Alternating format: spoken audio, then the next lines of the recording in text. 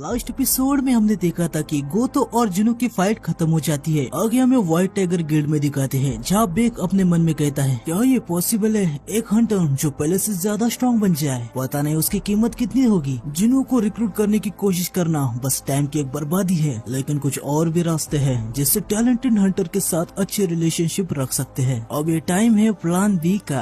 आगे बेक अपने मोबाइल में देखता है, वहाँ आने वाली सर्च एंड डिस्ट्रॉय मिशन की लिस्ट आ चुकी थी। उस लिस्ट में जुनू का नाम नहीं था। ये देख के बेक काफी ज्यादा हैरान हो जाता है। वो चिल्ला के कहता है क्या इसमें जुनू का नाम नहीं है। आगे हमें गोतो को दिखाते हैं जो अपने गिल्ड के वॉइस मास्टर से कॉल पे बात कर रहा होता है। वो कहता है मिस्टर सुगीमोटो, मुझे यहाँ साउथ कोरिया में काफी ज्यादा स्किल्ड हंटर देखने को मिला है। सुगीमोटो हंसते हुए गोतो से कहता है लेकिन मुझे यकीन है वो तुमसे ज्यादा स्ट्रॉन्ग नहीं होगा। गोतो उसे कहता है अभी तो मुझे इसके बारे में पता नहीं है। सुगीमोटो गोतो से पूछता है उस हंटर का नाम क्या है। गोतो बताता है उसका नाम है संग जुनू। वो दूसरी बार अवेक हुआ है और हाल फिलहाल में ही यस रैंक से इवैक्यूएट हुआ है। सुगीमोटो कहता है मुझे उसका नाम लिस्ट में नहीं दिख रहा। ये सुन के गोतो थोड़ा हैरान हो जाता है और सुगीमोटो से कहता है क्या ये तुम क्या कह रहे हो, उसका नाम लिस्ट में कैसे नहीं है। सुगीमोटो कहता है मुझे माफ करना, मैं अभी एक्सप्लेन नहीं कर सकता। साउथ कोरिया ने बस अभी उनके हंटर की लिस्ट भेजी है जहाँ चोई जोंग, मा डोंगसुक, बेक युनहो, चाहिन और मिन ब्योक ये 6 हंटर्स 4 दिन बाद केजेजू आइलैंड की रेड में आने वाले हैं। ये सुन के गोतो कहता है ये पॉसिबल ही नहीं है।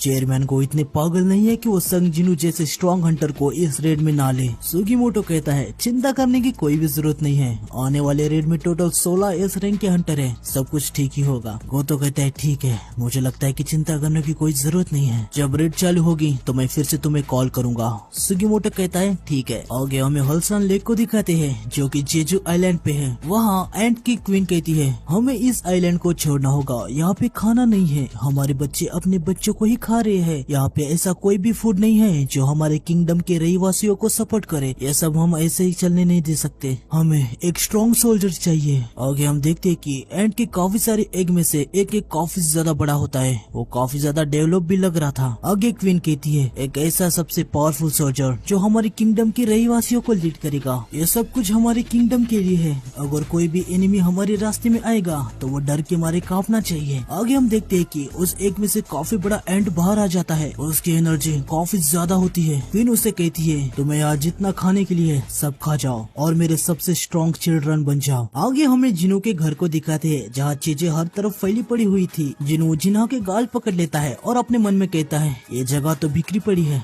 लगता है जब मैं डीमन कासल में था तो यहाँ किसने जगह को क्लीन नहीं किया। जिनू की माँ कहती है मुझे घर काम किए हुए 4 साल हो गए, तो कैसा रहेगा हम सब मिलके क्लीन करें। जिनू कहता है हाँ। आगे सभी लोग साफ सफाई करने लग जाते हैं। जिनू की माँ कहती है ये जगह इतनी गंदी हो गई है कि यहाँ पे छिपी हुई जगहों पे भी धूल और गंदगी लगी हुई है। जिनू कहता है बेशक, क्योंकि हम यहाँ पे बचपन से रहते आ रहे हैं। फिर जिनू की माँ जिनू से पूछती है जिनू जब मैं स्लीप में थी तब तुम्हें तुम्हारे पापा के बारे में कोई खबर आई थी क्या। जिनू कहता है नहीं। आगे जिनू मन में कहता है मुझे पता है कि माँ क्या कहेगी अगर मुझे कहो कि मैं भी पापा के कदमों पे चल के एक हंटर बन चुका हूँ। पापा ही वो कारण है जो माँ इस जगह को छोड़ना नहीं चाहती। भले ही मैंने इतना पैसा कमा लिया है जितना लोग अपने पूरी जिंदगी में नहीं देख पाते, लेकिन पापा ही वो कारण है कि हम अभी भी इस जगह पे रह रहे हैं और महीने का रेंट भर रहे हैं। वैसे तो पापा काफी साल पहले गायब हो गए थे, लेकिन फिर भी माँ उनका अभी भी इंतजार कर रही है। वो आशा कर रही है कि पापा एक दिन जरूर वापस आएंगे। माँ को मेरी जरूरत है। जेजू आइलैंड की रेड। इतना कहते ही जिनू शांत हो जाता है। ऐसा लगता है कि वो अभी भी कंफ्यूज है कि उसे रेड में जाना चाहिए या नहीं। आगे एक मेंबर न्यूज में बता रहा होता है कि कैसे ये एंट इवॉल्व हो रही है। ये सब न्यूज में भी दिखाया जा रहा होता है। वो बताता है जब म्यूटेंट एंट्स की तादाद बढ़ जाती है वो पूरे कॉलोनी को खत्म कर देते हैं और हम उसे इवोल्यूशन कहते हैं। अभी जो आपके सामने एंट की फोटो है ये first and second destroy ants mission के समय की है। शुरुआत में वो नॉर्मल एंट्स की तरह ही बाहर आके ग्राउंड पे घूमती थी। उनके अपीयरेंस में भी कुछ खास ज्यादा चेंज नहीं था, बस वो साइज से बड़ी हो गई थी। हालांकि ये जो photo third search and destroy mission के टाइम पे ली गई थी और आप देख ही सकते हैं कि एंट्स अब ह्यूमन की तरह खड़ी हो सकती है। उनके सिर की साइज भी कम हो चुकी है, जिससे वो काफी फुर्ती से हलचल कर सकती है। वो उनके 4 पैरों को हाथ की तरह भी यूज कर सकती है और उनके ऐसे बदलाव के लिए उन्हें बस 2 साल लगे हैं। ये बात यहीं पे खत्म नहीं होती। ये जो फोटो हाल फिलहाल में लिया गया है, जिससे जापान में तबाही मचाई थी, उनके पास तो ह्यूमन की तरह काफी फीचर्स है, साथ ही उनके पीठ पे एक विंग्स भी है। तभी क्राउड में से कोई पूछता है क्या वो उड़ भी सकती है? मेंबर बताता है हाँ, और यही कारण है कि साउथ कोरिया और जापान यूनाइटेड टीम के लिए एग्री हो चुके हैं। तभी वहाँ पे बैठा हुआ एक मेल मेंबर कहता है परफेक्टली कैपेबल हंटर भी उस जैसे डरावने बीच से दूर भागेगा। लेडी मेंबर भी कहती है हाँ ये तो सच है, हालांकि एक रिटायर हंटर भी इस रेड में ज्वाइन हो चुका है। आगे जुनू लोगों के कमेंट्स पढ़ रहा होता है, जहाँ लोग उसे कह रहे थे कि संग जुनू इस रेड के लिस्ट में क्यों नहीं है। भले वो एस रैंक हंटर बन गया है, लेकिन वो पहले जैसा ही इंसान है। एक ई रैंकर हमेशा ई रैंकर ही रहता है। वो अपनी पैंट पकड़ के भाग गया होगा। ब्यूक भी इस रेड के लिए रिटायरमेंट से वापस आ गया है, तो वो एस रैंक बनने के बाद भी पास आउट हो गया क्या? ये कितनी शर्मनाक बात है। ये सारे कमेंट्स पढ़ के जुनू अपने मन में कहता है मुझे इन कमेंट्स से घंटा भी फर्क नहीं पड़ता, लेकिन मैं जिना के लिए चिंता कर रहा हूँ। तभी उधर के कुछ लोग जिनू को नोटिस करते हैं। उनमें से एक बंदा कहता है हे वो संग जिनू है ना? तभी जिनू को यू जिनू का कॉल आ जाता है। जिनू यू जिनू से पूछता है कि क्या तुम अभी भी मोटल में ही रह रहे हो? ये जिनू जिनू से कहता है नहीं सर, लकीली मुझे एक अपार्टमेंट मिल गया है। मेरी माँ ने मुझे कॉल किया और मेरी हेल्प की। वैसे मुझे ऑफिस के लिए जगह मिल गई है, अगर आपके पास टाइम है तो आप आगे देख लीजिए। ये सुन के जिनू कहता है क्या तुम्हें जगह मिल गई? जिनू और यू जिनू दोनों उनके न्यू ऑफिस रूम में आ जाते हैं। यू जिनू जिनू से कहता है आपको गिल्ड तैयार करने के लिए ऑफिस चाहिए था ना, आप इसके बारे में क्या सोचते हैं? मैंने आपके अपार्टमेंट के नजदीक के सारे बिल्डिंग में से सबसे बेस्ट को चुना है। जिनू उसे कहता है हम दोनों के लिए जगह कुछ ज्यादा ही बड़ी नहीं हो गई? यू जिनू उसे कहता है सर ये आप क्या बात कर रहे हो? एक गिल्ड को तैयार करने के लिए 3 हंटर्स की जरूरत होती है, एक गिल्ड मास्टर, एक वाइस गिल्ड मास्टर और एक एम्प्लॉय। ये सुन के जिनू कहता है इसका मतलब ये है कि मुझे एक और पर्सन को रिक्रूट करना होगा। जिनू मन में कहता है मैं किसी ऐसे हंटर को रिक्रूट कर लूंगा जिसे मैं जानता हूँ। तब यू जिनू से कहता है सर आपके लिए कोई आया था। जिनू कहता है मेरे लिए? कौन? यू जिनू बताता है सर वो एक फॉरेनर था। फिर यू जिनू उस फॉरेनर का कॉन्टेक्ट कार्ड जिनू को दे देता है और कहता है वो चाहते हैं कि आप उनको एक कॉल कर दे, वो कोरिया में 17 तारीख तक रहने वाले हैं। जिनू मन में कहता है एक फॉरेनर, ये कौन हो सकता है? तभी जिनू को अपने एक शैडो के पास खतरा महसूस होता है। वो तुरंत शैडो एक्सचेंज का यूज कर लेता है। यू जिनू पूछता है सर क्या हुआ? जिनू से कहता है मुझे अभी घर जाना होगा और जिनू वहाँ से चला जाता है। ये देख के यू जिनू हद से ज्यादा शॉक हो जाता है। आगे हम देखते हैं कि एक खूनी एक लड़की के गले पे चाकू लगाया था। वो उसे कहता है अगर तुम चिल्लाई तो मैं तुम्हें मार दूंगा। तुम्हें पता है ना यहाँ पे कुछ लोगों को अभी मारा गया है। वो लड़की रोते हुए कहती है प्लीज मुझे मत मारना। वो खूनी कहता है यही तो कारण है जिसके लिए मुझे पड़ोस वाली जगह पसंद है। तभी वहाँ पे पीछे से जिनू आ जाता है। वो उस खूनी से कहता है तुम यहाँ पे कर क्या रहे हो? वो खूनी जिनू से कहता है क्या तुम मुझे कोई लेक्चर देने वाले हो? वो खूनी थोड़ी बहुत बकवास बातें करके जिनू पे हमला करने आ रहा होता है। वो जिनू के कंधे को पकड़ लेता है और बड़े ही गुरूर से कहता है जब मैं अपने आप से किसी कमजोर को देखता हूँ तो मुझे उसे परेशान करने की इच्छा होती है। लेकिन तभी जिनू उसका डैगर लेके उसको ही काफी ज्यादा स्टैब कर देता है, जिससे उस खूनी बंदे की हालत खराब हो जाती है। जिनू भी उसे कहता है हाँ मैं भी इस मामले में खुद को थोड़ा बहुत रिलेट करता हूँ। जब तुम्हें उसकी आदत हो जाती है तो नॉर्मल जिंदगी में वापस जाना आसान नहीं होता। हम देखते हैं कि जिनू ने उसके पैर पर काफी ज्यादा स्टैब कर दिया था। दर्द के मारे खूनी काफी ज्यादा चिल्ला रहा होता है। आगे जिनू उस खूनी से कहता है ज्यादा अंधेरा होने से पहले मेरा घर जाना अच्छा नहीं होगा। वो जो लड़की होती है वो वहाँ से भाग जाती है। आगे जिनू खूनी से कहता है अगर तुम्हें जिंदा रहना है तो आधी रात से पहले तुम्हें खुद को बदलना होगा। जिनू उस खूनी की शैडो में अपना एक हाई और की शैडो को डाल देता है। वो शैडो से कहता है अगर इसने खुद को आधी रात तक नहीं बदला तो इसे मार देना। फिर जिनू खूनी से कहता है मुझे काफी अच्छा लगेगा अगर तुम जिंदा रह पाए। आगे जिनू अपने मन में कहता है हालांकि मुझे खुद भी नहीं पता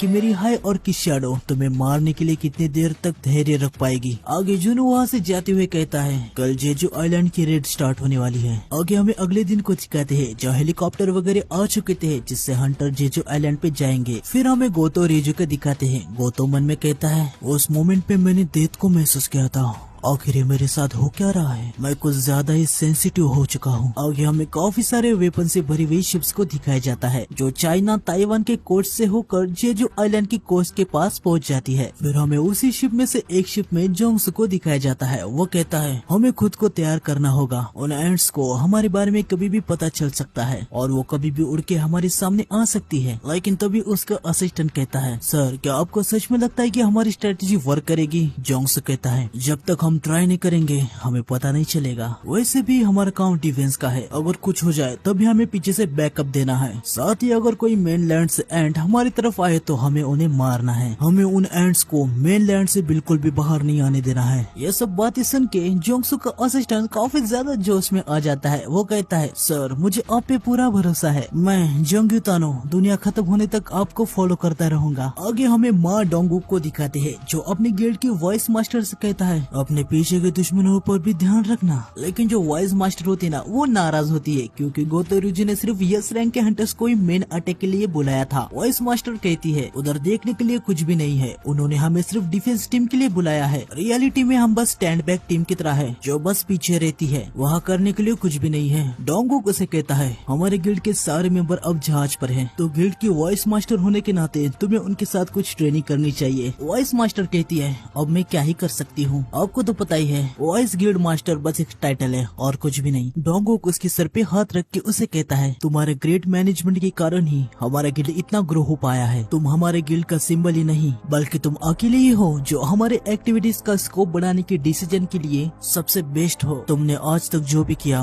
उसके लिए मैं काफी एहसानमंद हूँ क्योंकि मैनेजमेंट में मैं बहुत बुरा हूँ। ये सब सुन के वॉइस मास्टर कहती है, मुझे आपको वहाँ भेजने में अच्छा फील तो नहीं हो रहा, लेकिन आप वापिस जा रहे हो तो मुझसे इतना वादा कीजिए कि आप वन पीस में वापस आओगे। फिर हम देखते हैं कि डोंगुक आगे चला जाता है। आगे हमें लिमग्यू को दिखाते हैं, वो फोन पे किसी पे चिल्ला रहा था। वो कहता है, तुमने वहाँ पे मिशन को क्यों तैनात किया, एंड्स कभी भी आ सकती है, तो जितना जल्दी हो सके उतना जल्दी उसे वहाँ से पीछे हटने को कहो। तुम्हें पता भी ना उसकी कीमत क्या है। लेकिन तभी फोन वाला बंदा शायद उसे बता देता है कि वो पहले ही निकल चुका है और अब वो वापस नहीं आ सकता। ये सुन के लिमग्यू काफी ज्यादा शॉक हो जाता है। वो उस फोन वाले बंदे से कहता है, ठीक है मिशन का वापस जा चुका है तो उसे कवर में छुप के रहने को कहो। आगे नरेटर हमें बताता है, हंटर एसोसिएशन की रिक्वेस्ट पे सारे गिल्ड के हंटर को आइलैंड के दक्षिण की तरफ तैनात किया गया है। वहाँ इनको सावधानी के लिए तैनात किया गया है। अगर रेड सक्सेसफुल भी हो जाए तब भी इसके काफी ज्यादा चांसेस है कि कुछ बची हुई म्यूटेंट एंट्स लैंड से भाग सकती है। साथ ही देश की रक्षा करने के लिए भी स्ट्राइक स्क्वाड को तैनात किया गया है और एक स्क्वाड में एक बी रैंक का लीडर, 3 सी रैंकर्स और 10 से भी ज्यादा डी और ई रैंक के हंटर्स है। आगे हम देखते हैं कि जुई और सोंग चिहुल भी इसमें शामिल है। आगे नरेटर बताता है, रिटायर हंटर भी इसमें शामिल है। साथ ही वो लोग भी जो अवेक तो हुए थे पर हंटर नहीं बने थे, वहाँ 5000 से भी ज्यादा लोग थे।